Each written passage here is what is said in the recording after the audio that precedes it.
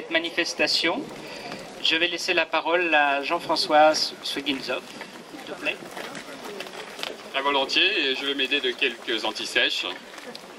Excellences, Monsieur le sous-préfet, Monsieur le député, Mesdames et Messieurs les conseillers généraux, maires et conseillers municipaux, chers amis Veulais et amis de Veule, Mesdames, Messieurs. Tout d'abord, pardonnez-moi si je me présente moi-même.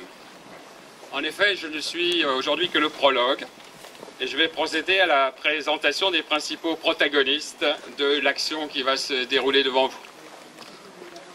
Je suis donc Jean-François Sweginzov, si vous acceptez de déplacer aujourd'hui seulement l'accent tonique.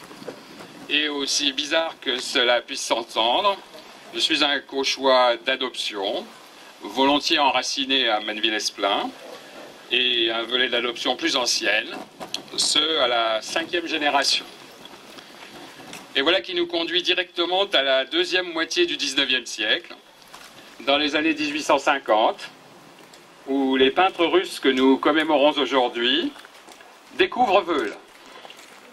Alors, je vous rassure, sans remonter à la Genèse, vous comprendrez que dans la tradition franco-russe familiale, comme dans la tradition de Velay de souche dont j'aperçois quelques-uns en balayant l'assistance, la mémoire de ce dont il va être question avait été maintenue.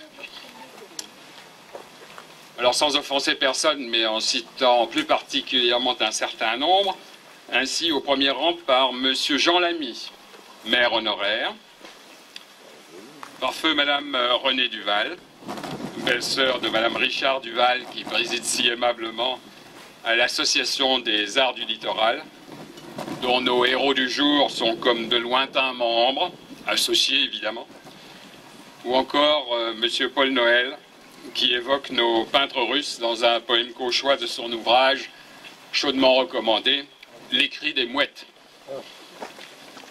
Alors quand nous avons pensé qu'il serait à la fois plaisant, parce que nous sommes ici réunis sous l'esprit de la bonne amitié, et convenable de raviver ces éléments d'histoire, et de lever un coin du voile de mystère entourant nos peintres russes, qui étaient un peu profondément oubliés sur la poussière des temps, nous n'avons rencontré que des marques d'intérêt, de soutien et même d'enthousiasme. Au premier chef, de la part de M. Jean-Claude Clerc, maire de Veule, et de Mme Danielle Pommier, adjoint chargé de la culture, ainsi que du conseil municipal dans son ensemble et de la communauté de communes. En parallèle, notre parente, comtesse Ostensacken, et son mari Dimitri nous mettaient en relation avec M. Alexandre Lapin, ici présent, petit-fils de l'un des héros de cette commémoration, le peintre académicien Vassili Palernof, dont il sera beaucoup question aujourd'hui. Alors dans sa piété filiale, M. Lapin avait déjà repéré de nombreux endroits où son aïeul avait travaillé, notamment à Veule, devant un certain portail qui fait partie intégrante de l'histoire de notre rétrospective et que nous nous proposons de reconstituer. Alors pour ceux qui ne connaissent pas encore le rallye, il est à 300 mètres d'ici.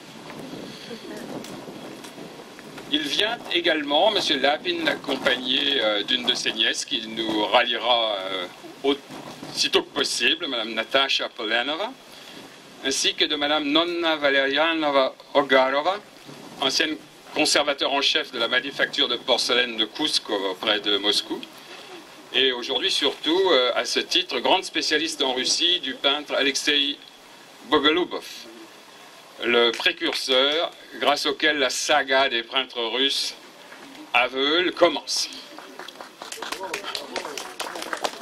En effet, cette dame, c'est elle que vous applaudissez évidemment, est présidente du centre et de la bibliothèque Balaglubov à Moscou.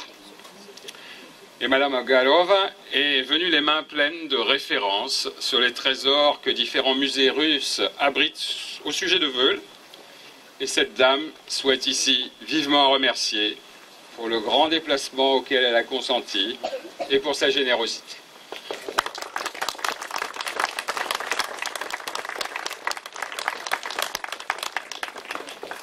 M. Lapin a encore été notre porte-parole auprès de l'ambassade de la Fédération de Russie à Paris. Et M. Alexandre Avdiev, ambassadeur en France, veut bien témoigner de son intérêt en honorant de sa présence la présente inauguration avec M. Henri du Haldebord, sous-préfet de l'arrondissement de Dieppe.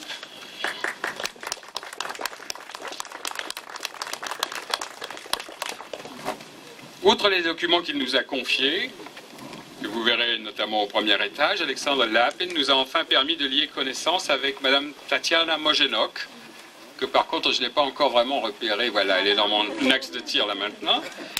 Docteur en histoire de l'art et auteur d'une thèse sur les peintres réalistes russes en France, dans lequel la place de Veules dans la formation de cette génération de peintres est fortement mise en avant.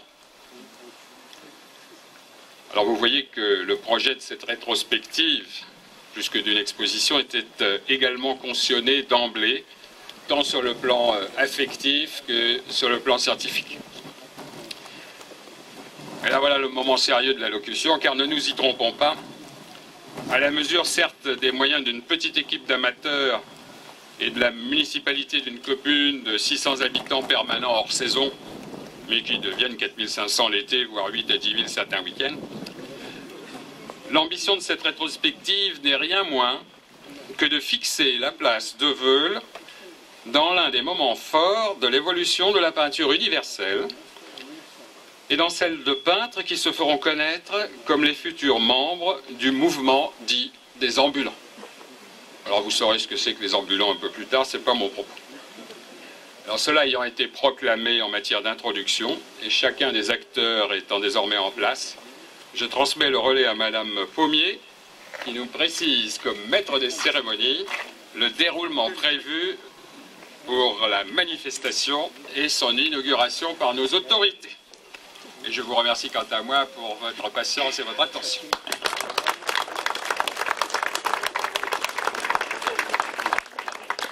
Alors, comme adjoint au maire chargé de la culture, il m'appartient donc de vous préciser le déroulement envisagé pour cet après-midi. Monsieur Alexandre Avdiev, ambassadeur de la Fédération de Russie en France, Jean-Claude Clerc, maire de la commune, et monsieur Henri du Haldebord, sous-préfet de Dieppe, vont donc procéder à l'ouverture de cette rétrospective en coupant le ruban bleu, blanc, rouge, qui se trouve être à nouveau les couleurs nationales des deux pays, Russie et France. Lorsque cette solennité aura été effectuée, Madame Tatiana Mojenok synthétisera le propos de cette rétrospective et la place de Veules dans la vision de nos peintres russes déjà très voyageurs et bientôt membres du mouvement des ambulants ou des itinérants. Après quoi, Monsieur Liapin, Jean-François Zévintsov et moi-même, nous coifferons symboliquement d'un béret rouge et nous vous proposerons comme autant de guides de circonstances, tandis que Madame Mojenok pourra dédicacer son livre dans lequel Veules trouve une place importante. Puis, vers 16h, 16h15, je vous ferai signe à nouveau afin que nous nous rendions en promenade au pied du portail de la Croix-la-Dame, représenté par Vassili Polenov et conservé au musée russe de Saint-Pétersbourg, avant de redescendre vers 17h environ, vers le gué de l'Abreuvoir, où nous découvrirons une plaque dédiée au passage des peintres russes. Nous pourrons enfin revenir ici vers 18h, à la mairie, dans ce château Michel contemporain du sujet traité, pour un cocktail organisé au clubhouse du tennis, où la municipalité de Veules sera très heureuse de vous recevoir. Je passe maintenant le flambeau à Jean-Claude.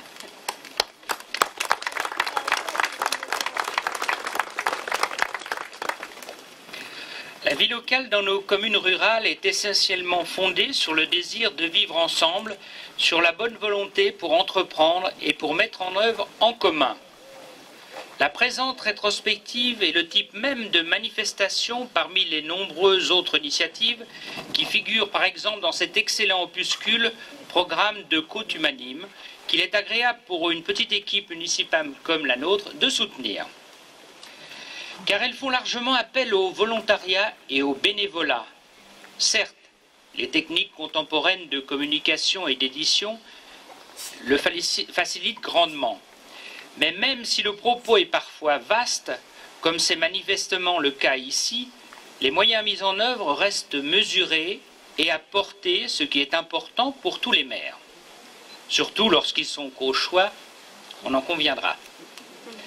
Toutes les bonnes volontés ainsi mobilisées, conjoints compris, reçoivent ici, comme dans les projets qui font vivre le tissu local, comme on dit, les plus vifs remerciements du conseil municipal de Veules et mon propre témoignage d'appréciation.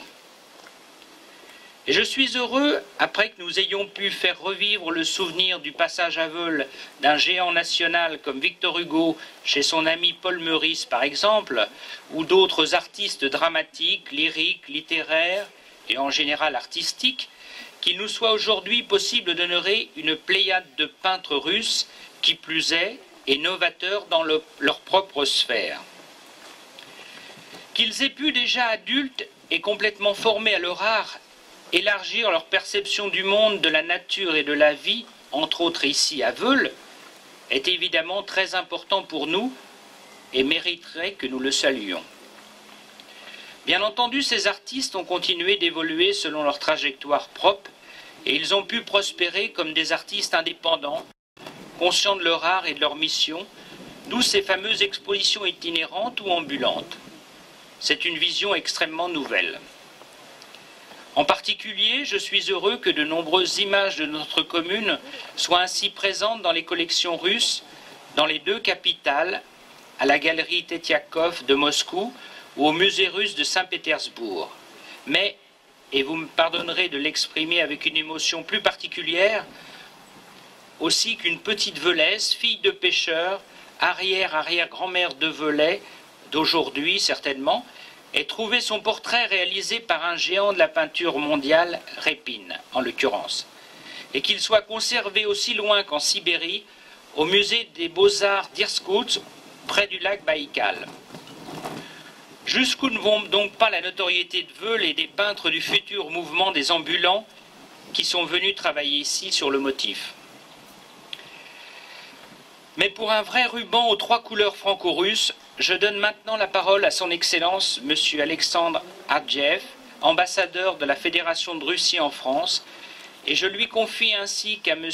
Henri Delaborde, sous-préfet de Dieppe, la paire de ciseaux qu'il convienne pour le geste symbolique.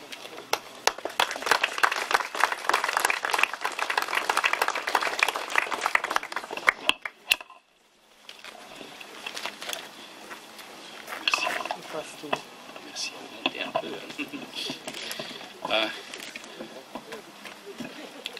Monsieur le maire, monsieur le sous-préfet, monsieur le député maire, mesdames, messieurs, c'est une cérémonie très touchante qui signifie non seulement que les liens culturels franco-russes existent, mais qu'ils existent depuis longtemps et qu'ils sont solides.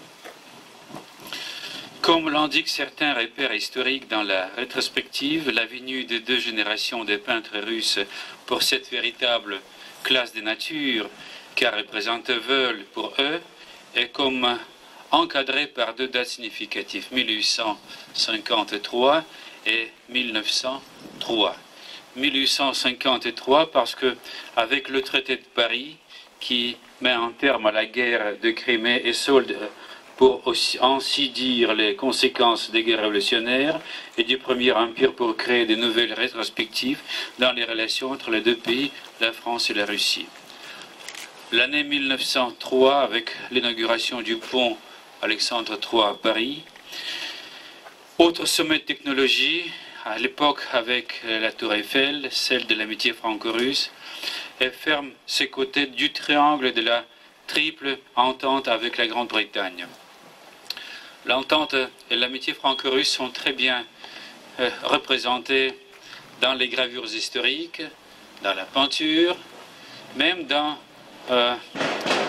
plusieurs revues françaises, par exemple Illustrations historiques et autres.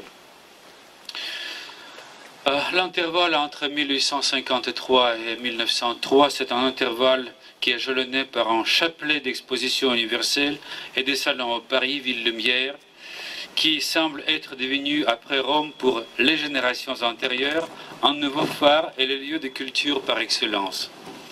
Le peintre Bogolubov représentera d'ailleurs un tour Eiffel illuminé qui pourrait avoir été réalisé aujourd'hui. Il y a plusieurs autres manifestations. À cette époque-là, le tsar, d'abord Alexandre II, venant à Paris, a acheté un immeuble, Hôtel d'Estrée, qui est maintenant la résidence de l'ambassadeur de Russie, où j'ai la chance de vivre à l'heure actuelle lors de ma mission. Et cet hôtel, j'espère bien, a été visité par plusieurs peintres. Il a été visité par les grandes personnes de la culture française et russe de cette époque et qui représente aussi un symbole des liens culturels. Les 50 années sont jalonnées aussi par des visites mutuelles et par des cadeaux. En 1800, je crois que c'était en 1891, la marine française est venue à Kronstadt et c'était une visite brillante. Et en 1893, la marine russe est venue à Toulon, c'était également une visite historique. Et lors de cette visite, était fait un cadeau à la marine russe. Un cadeau, c'était la toile du peintre Bogolubov et aussi un coupe russe d'argent de 13 ou 14 kilos, très bien artistiquement décoré. Et les deux, la toile et le coupe, se trouvent maintenant au cercle, comment s'appelle, le cercle des armées, place Saint-Augustin à Paris. Vous voyez combien c'était riche cette période par les échanges, les événements, les gestes mutuels au niveau culturel, au niveau politique et autres. Pour ne pas être trop long, je voudrais dire que cette période nous sert comme un exemple. Exemple quand l'amitié et les échanges culturels qui s'enrichissaient les uns les autres étaient plus importants que la politique. La politique change, l'amitié reste. L'amitié jalonnée par les artistes, par les grands talents des deux pays, à mon avis, reste éternelle. Et en se terminant par cette conclusion, je me permets d'être à vos services, monsieur le sous-préfet, monsieur le maire, pour ensemble couper le ruban tricolore. Merci.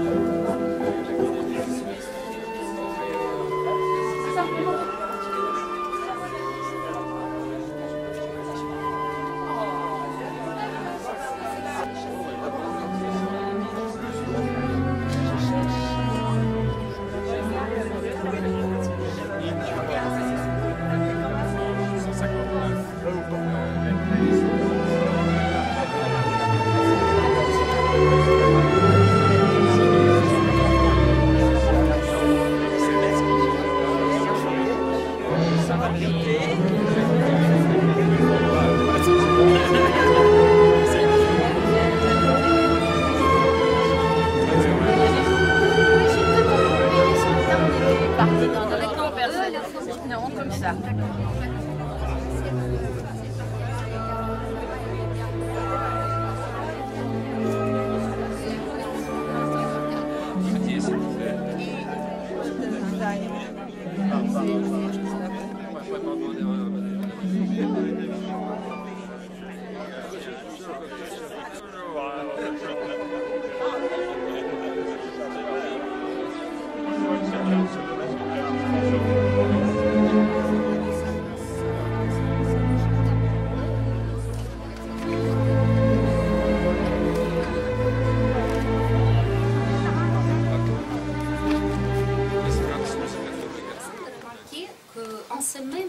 1963 se tient à Paris le premier salon de refusés. Pin, quant à lui, lorsqu'il arrive à Paris aussi en 1973, est déjà un peintre connu. Son tableau Les Allures de la Volga, que Vladimir Stassov a considéré comme le premier tableau national russe, était très bien reçu à l'exposition universelle de Vienne en 1973. Mais le paysage dans ce tableau reste quelque peu artificiel et loin de la vraie nature. Et c'est effectivement à Veul-les-Roses que Ilya Repin et Vassili Polenov peignent pour la première fois en plein air, et c'est là où ils acquièrent la technique de peinture plus libre, aux coloris plus frais. Dans leurs lettres, ils mentionnent l'enthousiasme que leur procure Veules et son environnement. Je vais citer un passage de Repin. Qu'est-ce que c'est beau, Veules? C'est un lieu magnifique. À chaque pas, les paysages se montrent très variés et pour tous les goûts. La rivière à l'eau de source, les arbres, la verdure et ce bruit apaisant des moulins sont comme dans un conte. Et la mer, miraculeux. Non, je n'aurais pas changé 10 Italies avec Naples pour ce coin.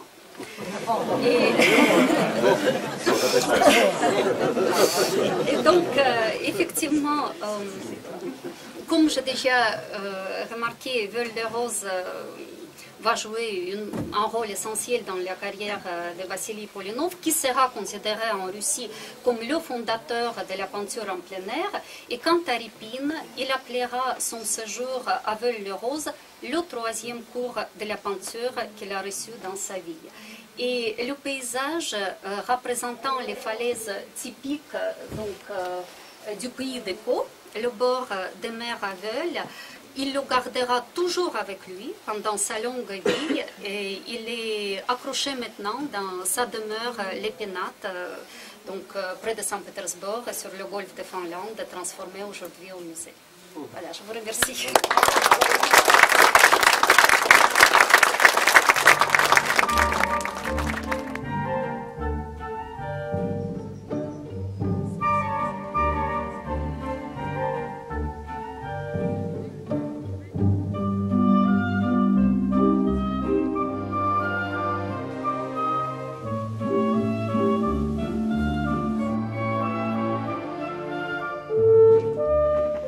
Ces portails ont permis à M. Lapine de retrouver les traces de son grand-père, ont permis de retrouver le terre français à ceux qui connaissent ce tableau en Russie.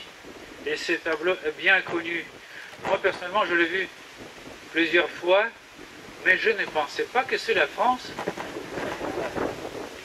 Et maintenant, chaque fois quand je les vois ou bien au musée ou bien sur les illustrations, je pense non seulement à ce fantastique peintre Polenov qui est aimé non seulement par les Russes, mais par plusieurs millions de gens, mais je vais penser à la France, je vais penser à votre ville, et je vais penser aux efforts qui étaient faits pour organiser cette belle fête. Merci.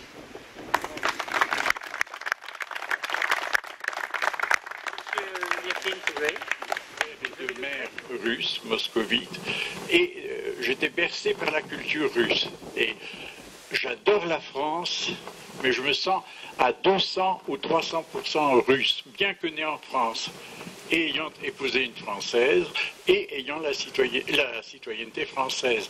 Mais néanmoins, tout ce qui est russe me passionne. Et j'ai retrouvé des quantités de traces de peintres russes tant à Paris qu'ailleurs, et je recherchais à Veul. Je me disais, mais Veul a subi la guerre, il y a eu le mur de l'Atlantique, sans doute tout a été démoli. Et un beau jour, en septembre 1982, je suis venu ici avec mon épouse et sa mère, et nous avons commencé à rechercher ce portail. Personne ne le connaissait. Je me suis adressé à une personne, à une autre, personne, rien eu. Et la troisième m'a dit, mais écoutez, allez voir le maire, l'ancien maire, M. Lamy, qui est un très grand connaisseur de Veul. Je me suis enhardi, je suis allé le voir, il m'a admirablement reçu. Je lui ai montré la reproduction de ce portail en lui disant que mon grand-père l'avait peint en 1874. Je lui montre, il me dit « Ah, mais oui, je le connais, il est en haut. » Je dis « Oui, mais où en haut? Comment y aller? Vous avez une voiture? » « Oui, j'avais une 2 chevaux à l'époque. » Et hop, nous sommes montés dans la 2 chevaux et nous sommes arrivés ici avec M. Lamy. Et c'est là que j'ai découvert ce portail. Et pour moi, c'était très très important. Et c'est à partir de cela, si vous voulez, que toute l'histoire enfin, pourquoi vous êtes là? C'est parce que un jour de septembre 1982, M. Lamy a eu la bonne idée et je lui en suis très reconnaissant de m'amener ici. Et alors petit à petit, j'ai commencé à amener tous mes cousins, cousines de Moscou, des conservateurs de la galerie Tretiakov. Des quantités de gens sont venus ici. J'ai un album qui était fait comme ça. Et il y a toujours quelqu'un à côté du portail. Et un jour, j'ai fait la connaissance de Tatiana Mojenok, qui a écrit le livre donc, sur les peintres réalistes russes. Et je lui dis, vous savez, à Veul, il y a une colonie russe qui a séjourné. Elle dit, oui, je sais, mais j'ai écouté Tania. Hop, on y va. Et nous sommes venus, et je lui ai montré le portail, et je lui ai fait visiter Veul pendant presque toute une journée. Et, si vous voulez, et c'est comme ça que petit à petit, Veul a commencé à prendre conscience qu'il possédait quelque chose d'absolument magnifique, c'est-à-dire le séjour des peintres russes. Voilà, c'est tout. Et c'était, pour moi, le fond du cœur. Voilà.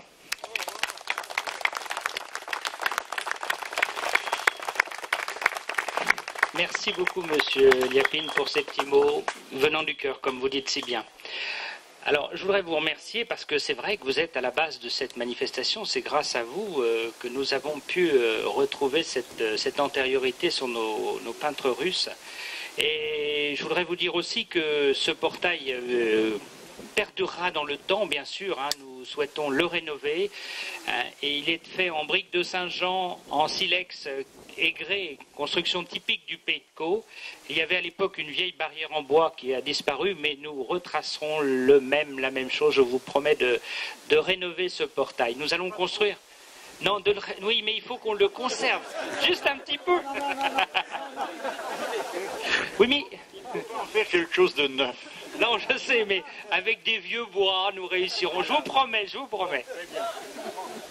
Ça sera toujours le portail de ferme typique du Pays de Caux, les piliers du Pays de Caux, vraiment représentatifs de notre région, avec cette croix magnifique en grès aussi typique du Pays de Caux. Donc il va se construire une résidence derrière, dans ces terrains qui appartenaient aux sœurs de Saint-Vincent-de-Paul, mais l'entrée de la résidence ne sera pas ici, se fera plus bas pour ne pas toucher à cette entrée, pour qu'il soit conservé dans l'état.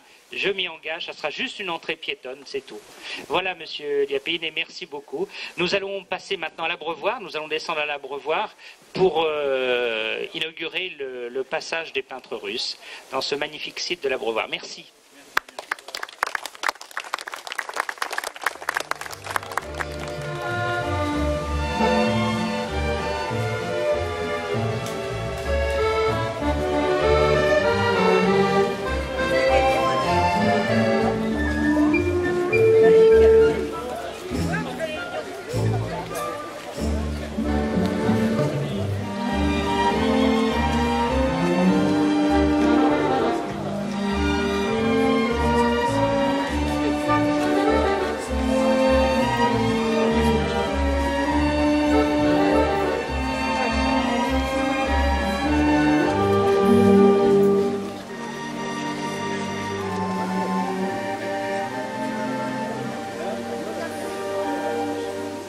Un siècle et demi en arrière, nous pourrions décider que nous sommes à Saint-Pétersbourg, à l'Académie impériale des Beaux-Arts.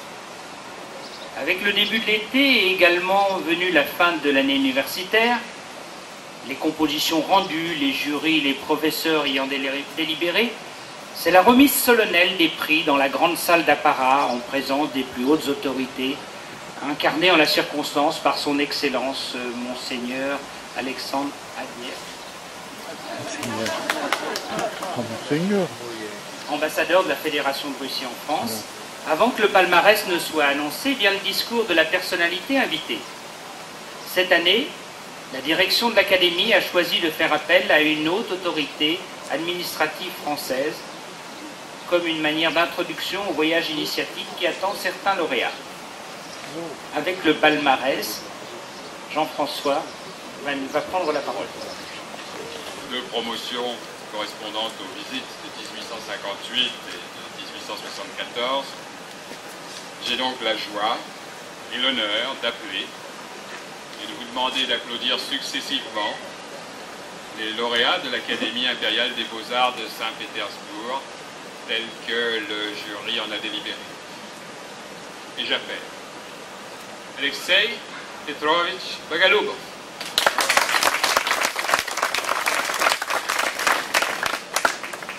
Lev Felixovitch Lagorev,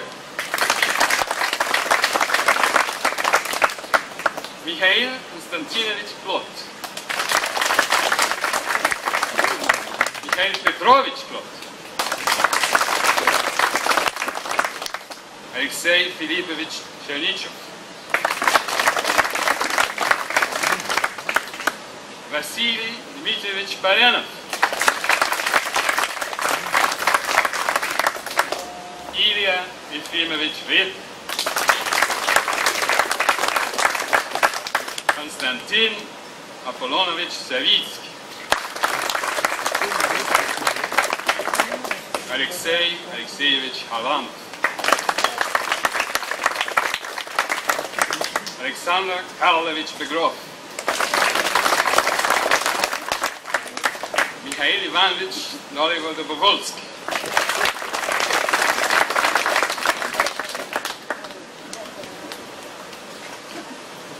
Juste un tout petit mot pour porter ma petite pierre à ce bel édifice qui nous a été construit aujourd'hui. C'est vrai que dans un cadre aussi idyllique, on comprend, on conçoit, monsieur l'ambassadeur, monsieur le sous-préfet, cher Jean-Claude, mesdames et messieurs de la délégation russe, on comprend que les peintres russes aient choisi Veules-les-Roses comme lieu de villégiature artistique et culturelle.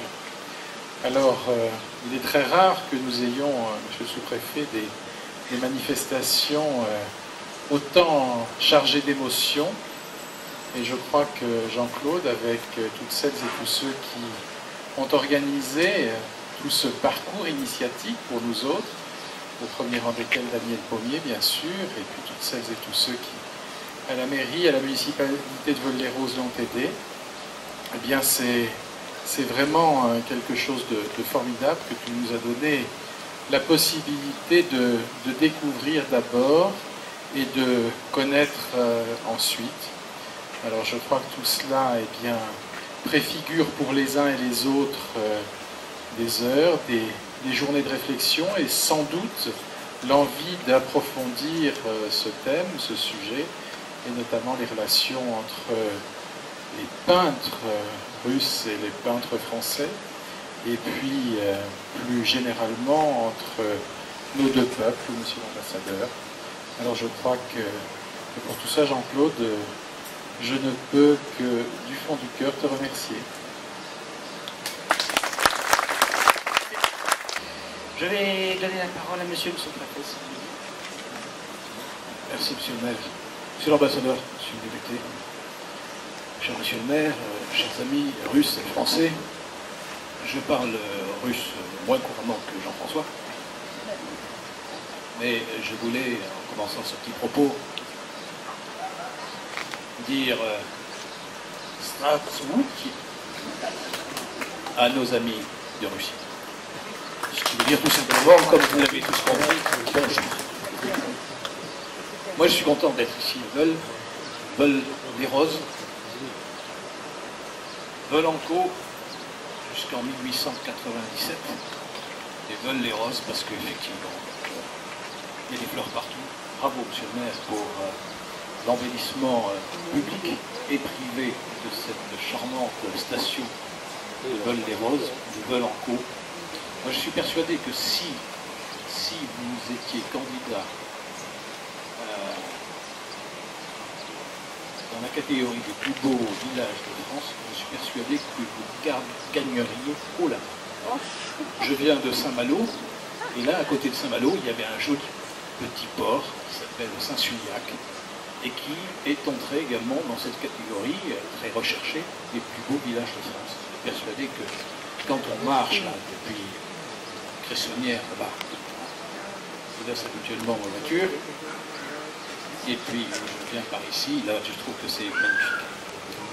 Et puis aujourd'hui, ce qui est magnifique, c'est ce que vous avez fait avec toute votre équipe municipale et votre adjointe à l'agriculture, je tiens à saluer, qui avec son équipe donc nous ont régalés. Et on peut comprendre évidemment que ces génies du pinceau, de la peinture, nos amis russes de la deuxième partie du 19e siècle soient venus par ici. Vous savez, en lisant un petit peu les pages sur l'histoire de Veules, Veules qui remonte, dont l'histoire remonte au temps gallo-romain, j'ai bien apprécié ce que j'ai lu sur le 19e siècle, y compris sur la première moitié du 19e siècle, puisque vous savez, dans la région, il y a eu un élan, un essor formidable dans les 30 premières années du 19e siècle, du côté de Dieppe, mais également du côté de Veules-les-Roses, puisque, qu'on appelait Veules-en-Caux à l'époque, puisque c'est vers 1840 qu'une grande de l'Académie française, de la Comédie française, une grande de la Comédie française, Anaïs Aubert, est venue par ici et a un petit peu lancé Veules-en-Caux. Et puis, moi j'ai relu avant de venir ici un magnifique ouvrage que mes amis les élus de la communauté de communes de la Côte d'Albat ont offert quand je suis venu vous saluer. C'est Escale d'artistes, c'est-à-dire qu'entre Dieppe et Saint-Valery-en-Caux, de très grands artistes ont souvent fait escale. Vous voyez, juste avant de venir ici, je suis là depuis 5 mois. Les gens qui m'ont envoyé des cartes de vœux ne savaient pas que j'allais devenir sous-préfet de Dieppe et de Veules-les-Roses. Et dans ces cartes de vœux, eh bien, c'était souvent Dieppe, vue de la mer, signé Delacroix. Pourquoi? Parce que Delacroix, Monet, Braque ont aimé ce pays comme nos amis russes l'ont aimé. Et les grands professionnels dont je ne fais pas partie disent que cela est dû à la lumière subtile, changeante, mystérieuse, magique de ces rivages, de cette côte d'Albat. Voilà. Et donc, moi j'ai beaucoup apprécié ce que j'ai vu tout à l'heure dans cette exposition, très bien faite. J'ai apprécié également, le député comprendra, parce que on a en commun également l'amour pour mon pays natal, qui s'appelle le Pays Basque. Quand j'ai vu que les peintres étaient passés du côté de Bayonne, puisqu'ils avaient été les élèves de Léon Bonnat. Et Léon Bonnat, si vous passez un jour à Bayonne, vous apprécierez un magnifique musée qui porte le nom de Léon Bonnat. Ce que j'ai apprécié également, c'est la relation entre Bogoliubov et Isabey. Et on a vu que c'était 2 peintres de marine. Et tout a démarré par cela, comme c'est très bien expliqué, donc dès les premiers tableaux que l'on voit à la mairie de Veules-les-Roses. Et les peintres de marine sont des gens exceptionnels. Je vous recommande, je ne suis pas là pour faire de la pub pour le château-musée de Dieppe, mais depuis donc 15 jours, une remarquable exposition des peintres de marine a lieu au château-musée de Dieppe. Et les peintres de marine font une exposition par an en France. Ils choisissent leur endroit. Ils viennent pendant une semaine, 15 jours. Là, ils se sont installés au printemps à Dieppe, ils ont peint. Et puis ensuite, ils exposent ce qu'ils sont en train de faire dans le château-musée. Voilà, donc je trouve que la peinture, la culture nous réunissent cet après-midi. Je crois qu'il n'y a pas de développement véritable sans développement culturel. Je crois également que le développement culturel, il faut qu'il soit le plus large possible, qu'il s'adresse à tous. Évitons ce rapprochement déplacé entre culture et élitisme, mais la culture pour le plus grand nombre, c'est ça que nous devons rechercher, et grâce à cette exposition, c'est ce que vous avez recherché, et c'est ce que vous avez trouvé, monsieur le maire, avec votre équipe municipale. Donc, je suis ravi avec vous de participer à cette fête de la culture, à cette fête qui nous permet de rendre hommage à ces grands talents, nos amis russes, de la deuxième partie du 19e siècle, et puis de participer à ce rendez-vous de l'amitié franco-russe, qui est une réussite totale. Merci à tous.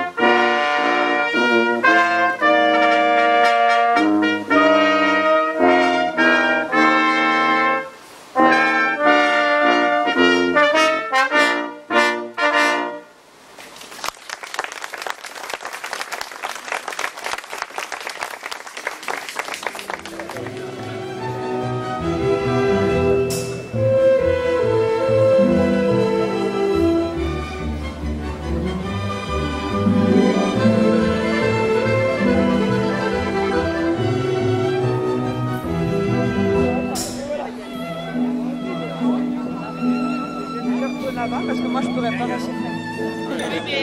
Tu veux pas tout à fait.